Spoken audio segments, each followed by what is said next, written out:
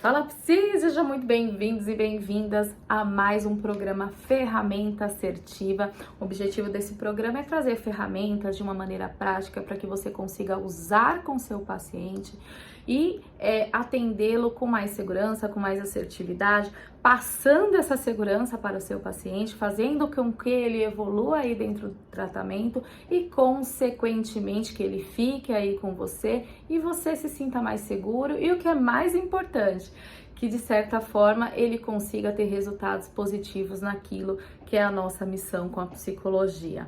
Meu nome é Iris, eu sou psicóloga e como você eu já procrastinei muito fazer os meus atendimentos clínicos porque eu não me sentia segura dentro dos meus atendimentos. Eu estudei muito, acertei, errei e tô aqui para compartilhar tudo aquilo que eu aprendi com vocês, né? E o nome do quadro de hoje é, como eu falei, ferramenta assertiva. A ideia desse quadro é estar trazendo algumas ferramentas para vocês e hoje eu vou trazer uma das principais, tá, gente? Eu acredito, eu uso isso com exatamente todos os meus pacientes. A ideia é utilizar esse tipo de ferramenta lá no início do tratamento, que eu tenho certeza que isso vai te dar um norte muito interessante aí nos seus tratamentos. Que é a ferramenta de valores, tá? Mas antes de começar, antes de falar dessa ferramenta aí, que é uma ferramenta assim coringa nos nossos atendimentos, eu vou contar uma historinha. Lembrando, gente, historinha totalmente fictícia, nome totalmente fictício, até por uma questão de ética.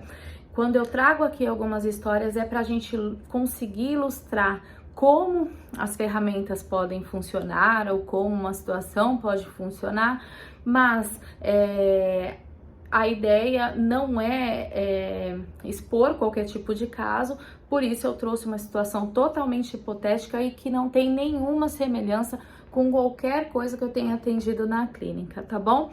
É só para realmente ajudar a gente a pensar em algumas situações de uma maneira mais prática. Bora? Bom, era uma vez Paul, e normalmente eu vou utilizar sempre o Paul e a Suzy, até pra gente não se confundir, tá bom? Mas assim, vamos lá? Era uma vez Paul. Paul era uma pessoa, um jovem, que morava em Brasília, filho de uma família de funcionários públicos.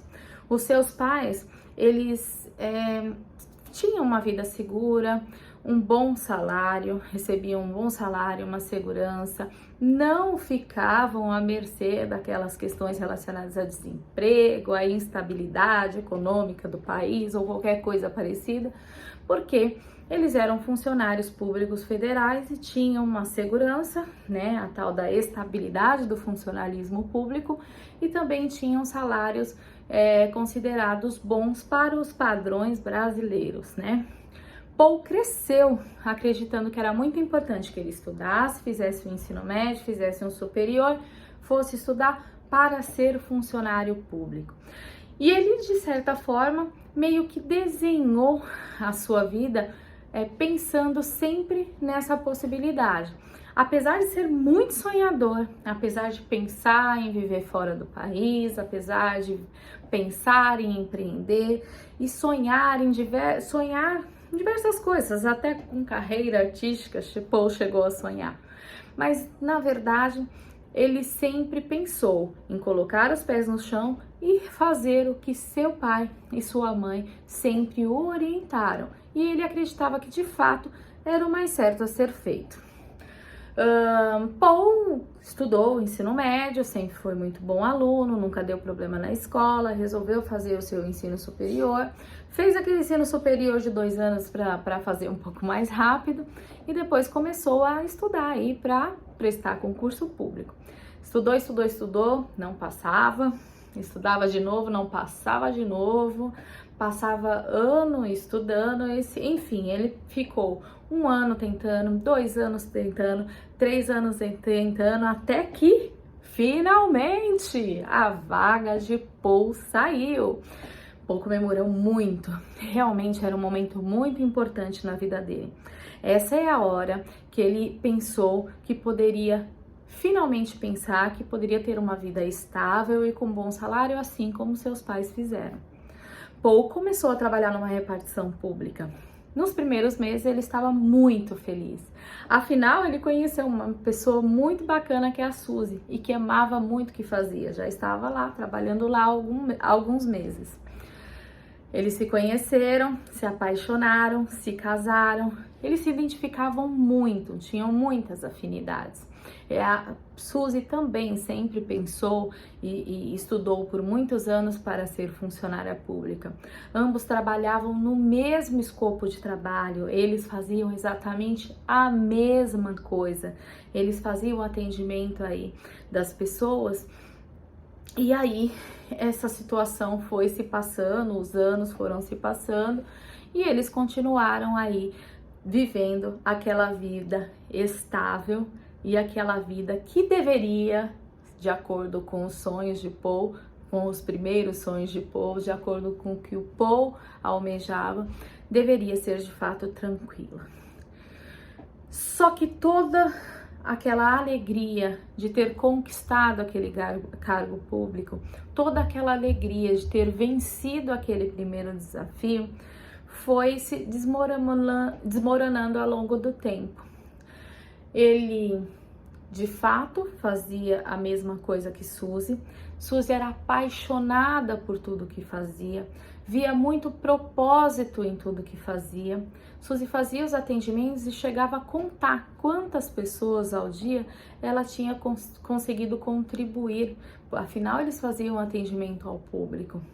Paul, por sua vez, começou a achar aquilo tudo muito monótono. Era todo dia a mesma coisa. Todas as vezes os mesmos atendimentos, as mesmas reclamações. Chegou a ter brigas com as pessoas que faziam o atendimento. Suzy conseguia conduzir aquele processo com bastante maestria, com bastante alegria, enquanto Paul cada vez mais estava cansado daquela situação. Suzy acordava todo dia cedo, muito feliz para ir trabalhar de segunda a sexta-feira. Paul, quando escutava a musiquinha do Fantástico, já começava a sofrer com uma famosa depressão aí de domingo à noite, porque ele sabia que segunda-feira começaria tudo de novo. Chegou um momento que Paul começou a ter sintomas relacionados à saúde mental e sintomas físicos também. Ele começou a se sentir esgotado, cansado, irritado. Paul foi no psiquiatra e o que aconteceu? Ele estava com síndrome de burnout. Ele estava muito estressado com tudo aquilo que estava acontecendo. Ele não aguentava mais fazer qualquer tipo de atendimento. Qualquer pessoa que viesse fazer alguma pergunta para ele, ele não conseguia lidar com toda aquela situação. Ele não via propósito naquilo que ele estava fazendo. Ele não gostava de tudo aquilo que ele fez. E por algumas vezes ele se perguntava como é que eu dediquei 3 anos da minha vida, porque no terceiro ano que ele passou, para entrar num trabalho daqueles que na cabeça dele não acrescentava em nada. Enquanto Suzy, que era sua esposa, olha que ambos tinham muitas afinidades, mas Suzy, sua esposa, não conseguia entender o porquê é que Paul estava sofrendo tanto com aquilo tudo, já que ela amava tudo aquilo que fazia, já que cada atendimento para ela era uma vitória, já que ela considerava tudo aquilo que ele achava que era falta de desafio, um grande desafio na vida dela. Suzy estava muito feliz nos seus atendimentos. Ela ficava até intrigada, ambos chegavam até a brigar, porque ela não conseguia entender como é que Paul não valorizava tudo aquilo que era tão importante. Por que Paul reclamava tanto? Ele tinha um bom salário, ele tinha um emprego seguro, ele tinha a famosa estabilidade que quase todo mundo sonha. Suzy não conseguia entender como é que ele estava daquele jeito. Até que Paul foi lá e o que ele fez? Chegou um momento que ele não aguentou mais e ele pediu, sim, a exoneração. Suzy ficou totalmente enlouquecida. Ela não conseguia entender por que é que ele tinha feito daquela forma. Como é que uma pessoa abandonava anos de dedicação para passar num concurso e de repente jogava tudo aquilo para o alto porque estava cansado. Ela não conseguia entender isso. E essa situação gerou conflitos no casamento dos dois. Suzy sem entender o que acontecia, porque na verdade tudo aquilo para ela era muito diferente daquilo que ela achava que era o normal. E Paul, por outro lado, ele não aguentava mais e aquilo tudo que ele estava sentindo era muito verdadeiro. Trabalhos iguais, rotinas iguais, mas resultados para a saúde mental totalmente diferentes. Vocês percebem? Eram trabalhos iguais, rotinas iguais, mas o resultado para a saúde mental era totalmente diferente. Por que será que isso pode acontecer? Por que será que muitas vezes existem pessoas que lidam melhor com uma situação do que com outra? Por que será que para Paul aquilo não representava mais desafio e para Suzy representava um grande desafio? Pois é, gente. Existe um negócio chamado a resposta, na verdade, ela pode estar bem relacionada à questão de valores. Sim, gente, mas o que são valores, né? Os valores são, na verdade, os valores são as coisas que norteiam as nossas atitudes. Então, nós somos guiados pelos nossos valores. Se eu hoje estou aqui falando com você, com certeza é baseado nos valores, naquilo que eu acredito que é importante para mim. Se de repente uma pessoa faz uma escolha na vida, normalmente ela tá guiada aí pelos valores. E normalmente quando faz uma escolha diferente daquilo que é do valor dela, aí ela pode sofrer muito mais. A gente precisa entender que diferente, o valor é aquilo que norteia de fato a nossa atitude, não aquilo que eu quero ser. Muitas vezes eu valorizo uma determinada coisa e aquilo faz com que eu siga para um determinado caminho, mas muitas vezes eu gostaria de ser de uma determinada forma, e o gostaria de ser é diferente de ser, você entende? São coisas diferentes. Valores realmente é as coisas que nos ajudam nas nossas tomadas de decisão. Faz com que a gente escolha X diferente de Y.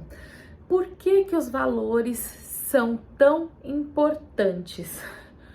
Porque se tomamos uma atitude diferente ou que está em desacordo com os nossos valores, a tendência é gerar sofrimento. Então, se de repente eu faço alguma coisa diferente daquilo que eu acredito, a tendência é que me gere sofrimento. Então, por que que é importante a gente entender os nossos valores? Por que que é importante você passar essa ferramenta para o seu paciente? Um dos pontos é esse, tá? Quando a gente entende quais são os valores, pode ser que isso auxilie no processo de tomada de decisão. Então, quando a gente toma uma atitude diferente daquilo que é o nosso valor, a tendência é que isso gere um pouquinho mais de sofrimento. Uma outra vantagem de utilizar aí as ferramentas de valores é porque os valores vão nortear as nossas atitudes e elas auxiliam também aí, os nossos valores auxiliam também aí no nosso processo de tomada de decisão. Eu falei aí sobre o ganhos e perdas, ferramentas de ganhos e perdas, e na ferramenta de ganhos e perdas ela pode ajudar também no processo de tomada de decisão, mas normalmente o que vai definir a ponta final, a situação final, são os nossos valores. Então, em geral, as nossas atitudes, quando a gente racionaliza o processo de valor, a gente acaba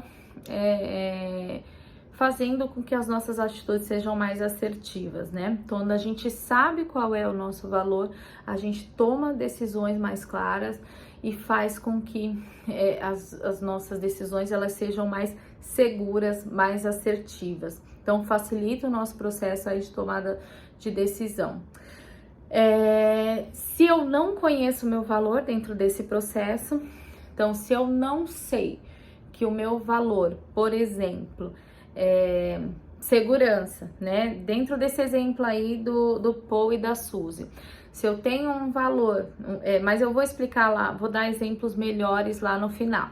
Mas vamos supor, se eu tenho um valor de segurança, valor de liberdade, eu presto um concurso público, aí pode ser que aí isso me traga um pouco mais de sofrimento, porque talvez por não conhecer os meus valores eu tomei uma decisão errada e isso vai me desencadear aí uma série de problemas. Então, como os valores norteiam as nossas atitudes, quando a gente toma alguma atitude que vai de encontro aos nossos valores, aí a gente acaba sofrendo um pouco mais. Então, quando a gente racionaliza, a gente traz para o racional e conhece os nossos valores, isso facilita bastante no processo aí de tomada de decisão. Então, quando a gente faz isso com o paciente logo no começo, vamos entender quais são os seus valores, você consegue, de certa forma, fazer com que ele olhe situações que aconteceram na vida dele de uma maneira diferente.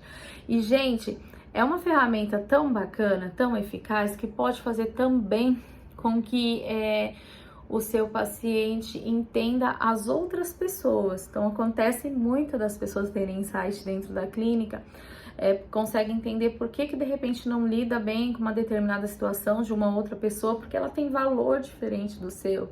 Então, por isso é que realmente esse processo às vezes é um pouco difícil. Quando a gente briga, né? Quando a gente tem aí uma certa implicância com alguém, provavelmente é porque, de certa forma, os valores que a outra pessoa tem é muito diferente daquilo que você acredita. Então, quando você entende que o valor da outra pessoa é diferente, isso facilita também para que você consiga se relacionar melhor aí com o outro, né? Então, facilita também no processo aí de relacionamento com as outras pessoas. É uma ferramenta que contribui bastante para o processo de autoconhecimento. Certamente, se você utilizar ela no começo do seu atendimento, você vai usar pelo resto aí dos seus atendimentos clínicos, porque você vai, de certa forma, vai chegar quase toda a sessão, você vai resgatar essa questão dos valores para que a pessoa entenda aí alguns pontos. Então, utiliza ela logo no começo, porque vai te ajudar bastante. Bom, gente, como que a gente aplica essa ferramenta de valores? Eu costumo aplicar de uma maneira muito fácil. Faço papeizinhos. Antes eu colocava vários valores aí, eu vou mostrar aqui para vocês. Aqui, tá? Mas antes eu colocava assim. Agora eu faço papeizinhos e peço para a pessoa. Primeiro eu pergunto se ela sabe. Eu acho que o primeiro passo é fazer um trabalho de psicoeducação. É explicar quais são os seus valores. Você sabe, pergunta para as pessoas, né? Se elas conhecem os valores delas, se elas sabem quais são os valores que norteiam as atitudes dela. E fazer com que ela entenda o porquê, a importância dela saber os valores, que auxilia no processo de tomada de decisão. Todo esse trabalho de psicoeducação é muito importante antes que a gente comece a aplicar a ferramenta. E aí depois você pergunta se ela conhece aí quais são os valores dela. Coisa básica, gente, vou dar alguns exemplos aqui: respeito, liberdade, rotina, estabilidade, sucesso, excelência, compaixão, competitividade, honestidade, desafio, poder, reconhecimento, enfim. Valores é o que não falta: crescimento contínuo, aceitação social, comprometimento consigo mesmo, status, mudança e variedade, individualidade, responsabilidade, fama, ordem e organização, comprometimento com o próximo, previsibilidade. Esses são alguns valores aqui. De repente, se você coloca tudo isso em pequenos papéis e pede para ela escolher quais são os valores que de fato norteiam as atitudes dela. Então, ela pensar em alguns processos que ela teve de tomada de decisão, quais foram os valores que puderam contribuir com aquela tomada de decisão. Pede para ela escolher quantos ela quiser. A partir daí, você tenta hierarquizar. tenta fazer com que ela escolha os 5, que mais são os valores que norteiam as atitudes. Veja bem, gente, não são os valores que ela gostaria de ter, mas os valores que ela tem, tá? Então, vamos supor que a pessoa tem aí um valor muito grande relacionado à individualidade, né? Que de fato norteia ela a questão da individualidade, mas que ela precisa ter aí um comprometimento com o próximo. Ela acreditava que seria melhor se ela fosse um pouquinho mais comprometida com o próximo, mas que ela não consegue ser, que nas atitudes dela, ela não consegue ver evidência do comprometimento com o próximo. Se ela não consegue ver evidência do comprometimento com o próximo, esse não é um valor. Então, a gente vai descartar esse valor. Tem que ser os valores que de fato ela tem e não o que ela gostaria de ter, tá? Uma vez que ela escolheu lá uma quantidade que ela quis dos valores, ela vai escolher os 5 que norteiam de mais atitudes delas. Então, mais atitudes são norteadas por aqueles valores. E aí ela vai hierarquizar esses valores. Calma, gente, eu vou explicar. O que seria o hierarquizar? Ela vai dizer qual que é o primeiro o primeiro valor que ela leva em consideração ao tomar uma atitude, qual que é o segundo valor dentro dessa hierarquia. Então, primeiro eu levo em consideração esse, depois eu levo em consideração esse. E qual que é o terceiro valor, o quarto e o quinto. Lembrem-se, não é o que ela acha mais importante, mas o que de fato faz com que ela tome a atitude X ou Y. Primeiro ela leva em consideração esse, depois esse, depois esse, depois esse, depois aquele. Vamos supor, vou dar exemplo, que ela tem aí um valor muito grande de respeito e um outro valor relacionado à fama. Então, para ela, a fama é de fato muito importante. Então, norteia a atitude dela, mas o respeito está em primeiro lugar. Uma pessoa que tem lá a questão da fama em segundo e do respeito em primeiro, provavelmente ela não vai tomar atitudes que vai ultrapassar os limites do respeito, dentro do que ela considera como respeito, para atingir a fama. Então, ela colocando o respeito em primeiro lugar é diferente dela colocar o respeito em segundo lugar, entende? Então, é fazer essa hierarquia mesmo, não é colocar de acordo com o que ela acredita que deveria ser o mais importante, mas o que de fato norteia as suas atitudes. Tem pessoas, por exemplo, que têm valores relacionados à reputação muito forte. Então, e às vezes está na escala de valores primeiro. Então, e essa hierarquia ela é importante fazer até para ela entender como que ela está norteando as atitudes dela. Às vezes ela nem quer ter o valor, já aconteceu comigo, de um determinado valor, eu não gostaria de ter valor relacionado ao status, mas eu tenho. E aí, racionalizar esse processo faz com que de fato lá em um determinado momento ela muda. Uma vez hierarquizado, aí ela já vai sair de lá da sua sessão certamente com insight, porque ela vai entender o porquê é que de repente ela tomou uma determinada atitude e não tomou outra atitude, e ela vai entender o processo dessa racionalização dos valores, vai fazer com que ela entenda qual atitude tomar em determinadas situações. Então, essa racionalização, ela pode parecer muito singela, gente, mas é transformadora. Acredita em mim. Faça isso que vocês vão entender. E de certa forma, também, como eu falei, ela pode contribuir bastante para que você consiga aí, para que essa pessoa consiga entender o porquê é que de repente ela não se dá bem com uma outra pessoa. Às vezes são valores totalmente diferentes e por conta disso acaba aí gerando algum tipo de conflito. Então, toda vez que você fizer algum tipo de ferramenta nesse sentido, também acho que é importante você começar a discutir questões relacionadas às relações. Várias luzinhas, várias fichas começam a cair, gente. Eu tô falando isso porque toda vez que eu faço a ferramenta de valores na clínica, eu tenho aí resultados muito positivos com o meu paciente e eu vejo que várias fichas começam a cair. Então, primeiro, gente, recapitulando, psicoeducação, explicar por que nós vamos fazer o exercício de valores. Segundo, fazer com que ela escolha aí dentro de uma escala de valores que você fez ou que ela traga aí os valores que ela acha importante na vida dela. A partir daí, hierarquizar esses valores e aí tá pronta a ferramenta, tá? Sempre busque, eu acho que é muito importante você trazer, perguntar para ele se ele teve algum insight dentro daquela sessão, porque isso faz com que ele se obrigue a entender, a trazer alguns pontos. Eu acho que isso é muito importante. E também tente trazer lá no final situações onde esses valores foram utilizados, situações onde de repente a pessoa, por não conhecer, passou por cima daqueles valores, e situações onde houve conflito de valores entre ele e alguma outra pessoa.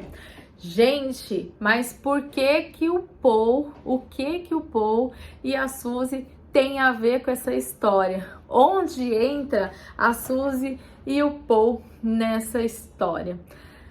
Provavelmente os dois tinham valores totalmente opostos, tá? Então, muito provavelmente, Suzy tinha o mesmo valor do pai dele e da mãe dele, que era estabilidade, segurança e alguma coisa relacionada a isso. E Paul era muito mais movido pelo que a gente pode avaliar dentro desse caso, provavelmente a questões relacionadas ao desafio. Enquanto ele estava sendo desafiado a estar prestando o concurso público, né, e não passando, ele estava muito feliz dentro daquele processo. Enquanto ele foi desafiado a ter um relacionamento, ele também estava muito feliz dentro daquele processo. Mas chegou um momento que aquilo não representava mais desafio para ele. Tudo aquilo estava a mesma coisa e provavelmente nada mudaria.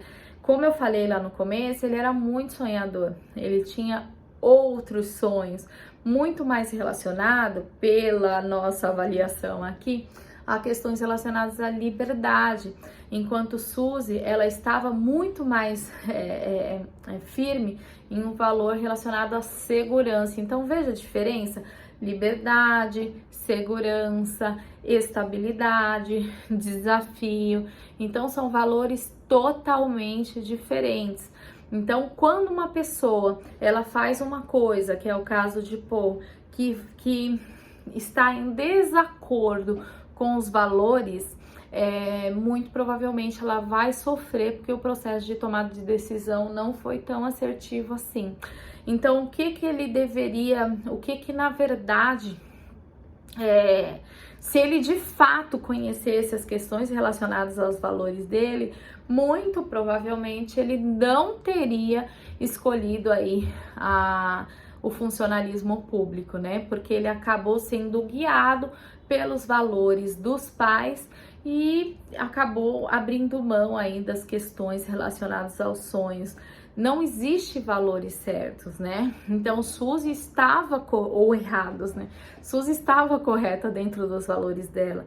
E, de fato, pelo fato dela não conhecer, talvez, os valores dela, ela talvez não conseguia entender também os dele. Entende que quando você entende quais são os seus valores, você também tem um pouco mais de facilidade de lidar com o valor do outro.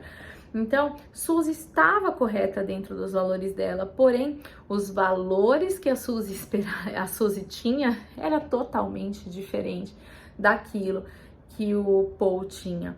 Ela tinha um comprometimento com o próximo muito grande, ela tratou o atendimento público como um propósito de vida, enquanto Paul, ele achava tudo aquilo a mesma coisa, não se sentia desafiado.